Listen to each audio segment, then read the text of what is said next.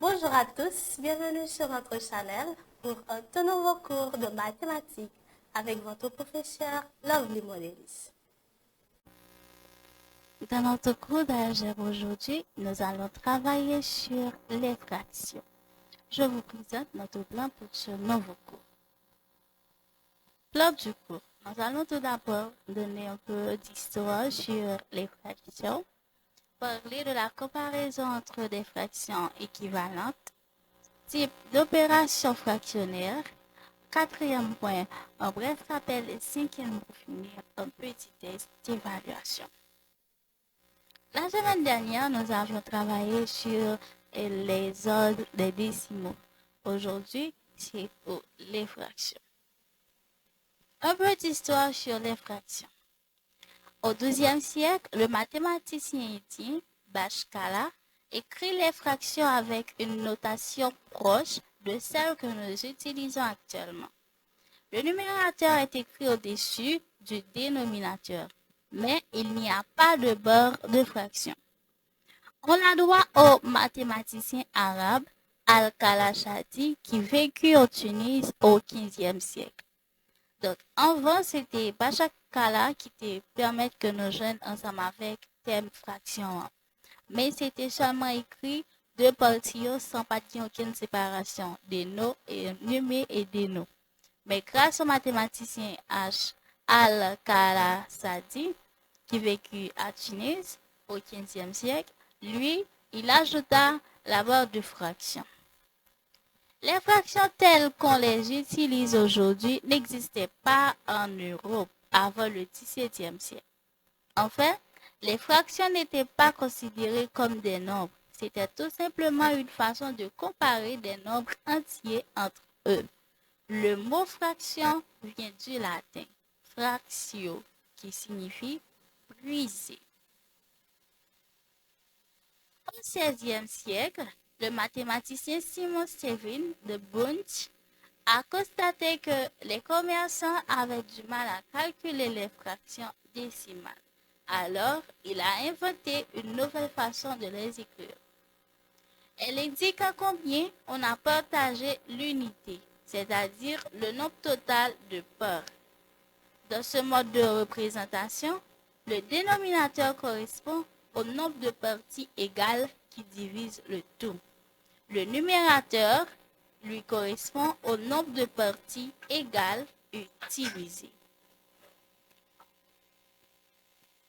Vous pouvez regarder comment ça se présente à l'écran.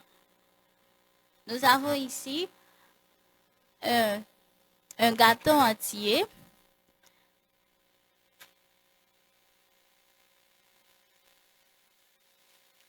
Comment deux fractions sont-elles équivalentes? Deux fractions sont équivalentes si elles représentent exactement la même quantité. Méthode pour trouver des fractions équivalentes. Pour trouver des fractions équivalentes, il suffit de multiplier ou diviser le numérateur et le dénominateur par le même nombre. Exemple, on a 10/5 et 20/10.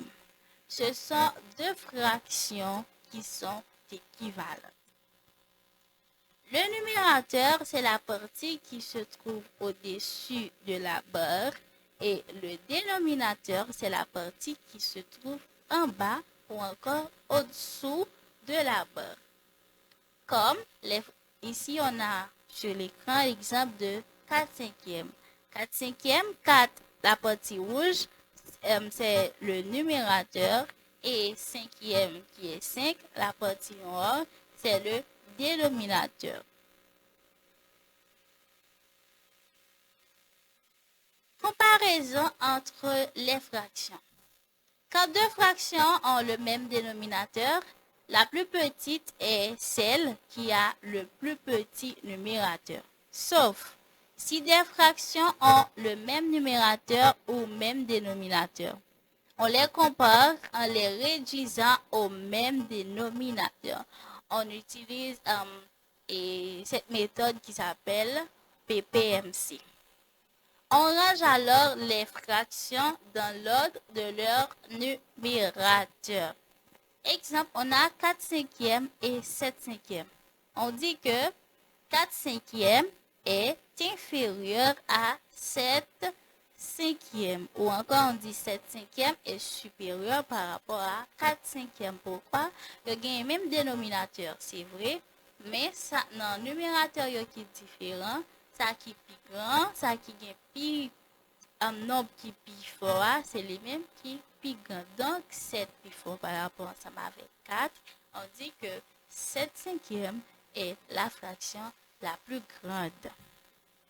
Si deux fractions ont le même numérateur, la plus grande est celle qui a le dénominateur le plus petit.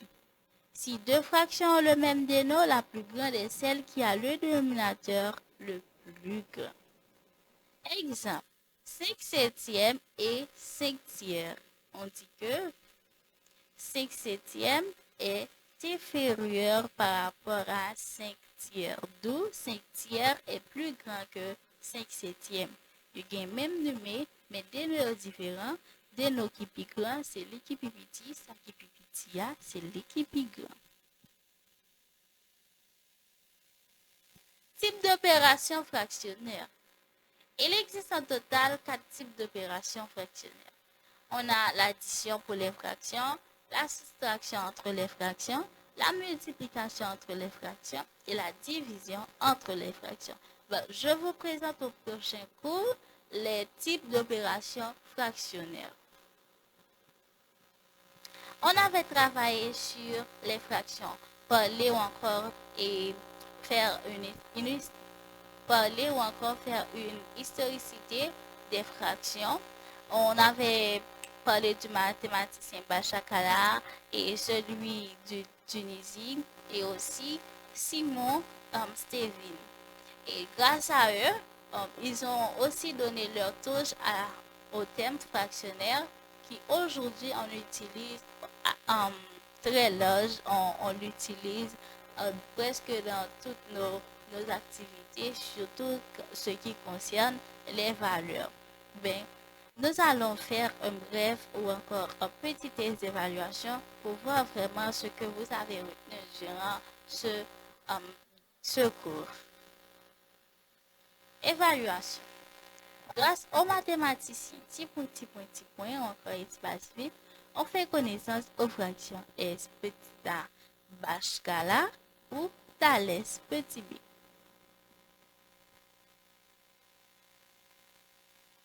La bonne réponse est grâce au mathématicien Bhaskara. 2. L'écriture fractionnaire vient du mathématicien S petit a Simon Kelvin Stevin ou petit b Bhaskara.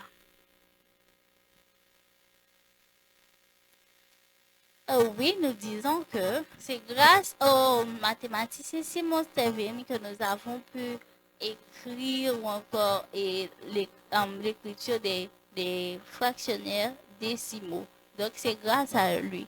Donc, la bonne réponse est petit a, Simon Stevin. Petit 4 ou encore numéro 4. Il existe combien de types d'opérations fractionnaires? Est-ce que c'est numéro 2 ou petit b qui c'est 4?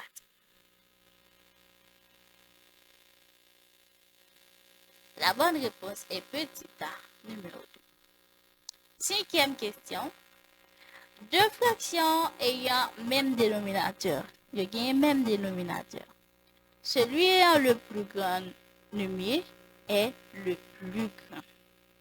Est-ce que c'est vrai, petit a vrai ou petit b faux? Merci d'avoir été des nôtres pour ce cours de mathématiques.